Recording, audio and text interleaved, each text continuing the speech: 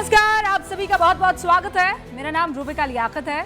4:50 हो रहे हैं और इस वक्त आप देख रहे हैं गूंज नंबर 1 कार्यक्रम है डिबेट शो में, इस टाइम स्लॉट में, और दूर दूर तक कोई नहीं है। ये कहते हुए आपका खूब सारा शुक्रिया, बहुत सारा धन्यवाद। मैं कार्यक्रम को आगे बढ़ाऊं उससे पहले आप ये जानते हैं त्योहारों का मौसम शुरू हो चुका है। सावधानी बरतिएगा, अपना खूब ख्याल रखिएगा और इस बात का भी ख्याल रखिएगा कि बिहार में चुनाव सियासत भी खूब हुई। कवि सोहन लाल द्विवेदी की एक कविता है। क्या कहती है वो कविता? असफलता एक चुनौती है, स्वीकार करो। क्या कमी रह गई देखो और सुधार करो। जब तक ना सफल हो नींद चैन को त्यागो तुम। संघर्ष का मैदान छोड़ो मत, भागो तुम किसी कीमत पर नहीं। कुछ किए बिना ही जय जयकार नहीं होती, कोशिश करने वालों की हार नहीं होती। यानी जो कोशिश करता है वो एक ना एक दिन जीतता जरूर है, पर जो कोशिश ही नहीं करता है वो। इसका एक उदाहरण के साथ मैं व्याख्या करके आपको समझाती हूं। बिहार में आज 121 सीटों पर नामांकन का वक्त खत्म हो गया, लेकिन जो गठबंधन सत्ता में लौटने की सबसे ज्यादा कोशिश कर रहा है वो अभी तक ये तय नहीं कर पाया और ये नहीं बता पाया, मान लीजिए तय कर भी दिया तो ये नहीं बता पाया है कि गठबंधन में कौन सी पार्टी किस सीट पर लड़ रही है। आप तय कीजिए कि चुनाव लड़कर जीतने की क्या ये ईमानदार कोशिश है। मेरे लिए एक और सवाल है और मैं चाहती हूं उसका जवाब आप दो और कमेंट करके जरूर बताइएगा इस सवाल का जवाब। मैं लगातार अपनी नजर कमेंट बॉक्स पर बनाए रखती हूं। क्या भारत की सियासत में आजकल वो दौर शुरू हो गया है जहां बिना ढंग से लड़े जीत की संभावना तलाशी जाती है? और ये सवाल मेरे मन में क्यों आया है, मैं उसकी वजह भी आपको बता देती हूं। बिहार में दो गठबंधन मुख्य तौर पर आमने सामने हैं, एनडीए है और महागठबंधन इंडिया अलायंस।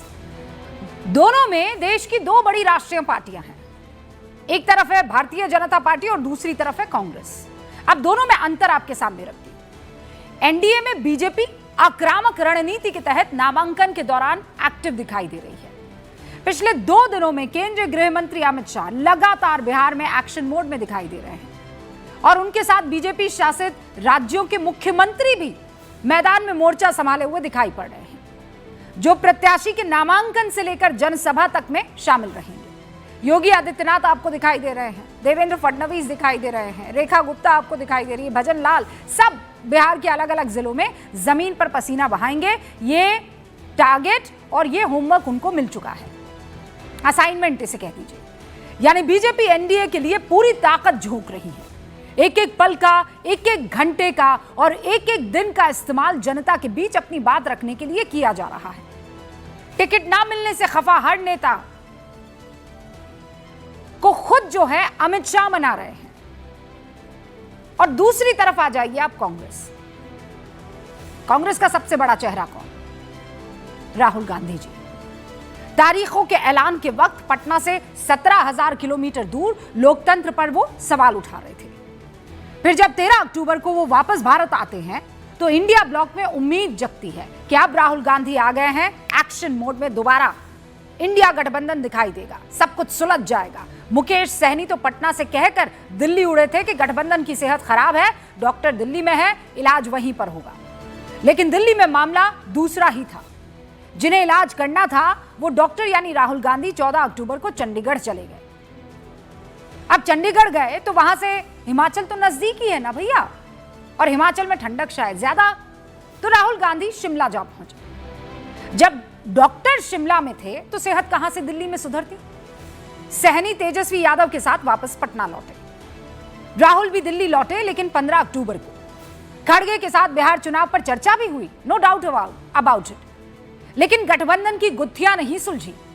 फिर आज उत्तर प्रदेश और असम की यात्रा पर वो निकल पड़े। कांग्रेस के 3 मुख्यमंत्री हैं, कई बड़े नेता हैं, लेकिन अशोक गहलोत को छोड़कर कोई बड़ा चेहरा बिहार के मैदान में नहीं दिख रहा है। ये 2 गठबंधन की 2 बड़ी राष्ट्रीय पार्टियों की कोशिश का अंतर मैंने आपके सामने रखा है, और ज्यादातर में जीत हार का अंतर, ये कोशिश बनती है कि नहीं बनती है, आप मुझे बता दीजिए। जब आप जनता के सामने जीतने के लिए मेहनत करते हुए नहीं दिखेंगे, तो जनता ये कैसे मान लेगी कि आप उनके काम के लिए, उनकी आकांक्षाओं के लिए दिन रात मेहनत करें। मामला तो सारा का सारा परसेप्शन का खेल है ना।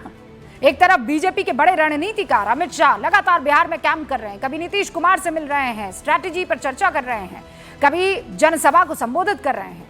दूसरी तरफ राहुल गांधी बिहार से तब दूरी बनाए हुए हैं जब उनकी सबसे ज्यादा जरूरत उनके सहयोगियों को है।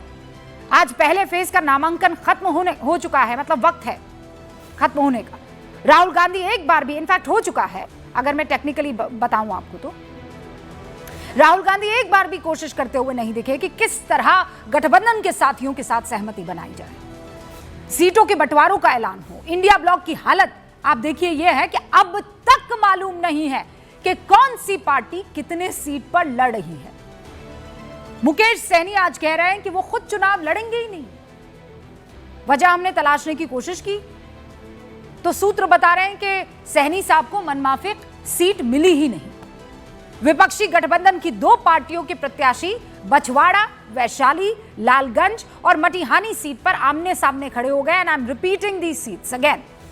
बछवाड़ा, वैशाली, लालगंज और मटिहानी आमने सामने हैं महागठबंधन के ही कैंडिडेट। अब सवाल यह है कि जो कांग्रेस और विपक्षी गठबंधन चुनावी तारीखों के ऐलान से पहले वोटर अधिकार यात्रा को लेकर एकजुटता के साथ सड़कों पर थे, वो चुनाव आते ही इतने बिखर क्यों गए हैं? क्या कांग्रेस ने अपने सहयोगियों का इस्तेमाल बस अपने मतलब के लिए किया? क्यों लालू के साथ मटन पकाने वाले राहुल गांधी सीट बंटवारे को साध नहीं पाए? क्यों साथ में मछली खाने वाले तेजस्वी मुकेश सहनी को सियासी कांटा चुभा रहे हैं?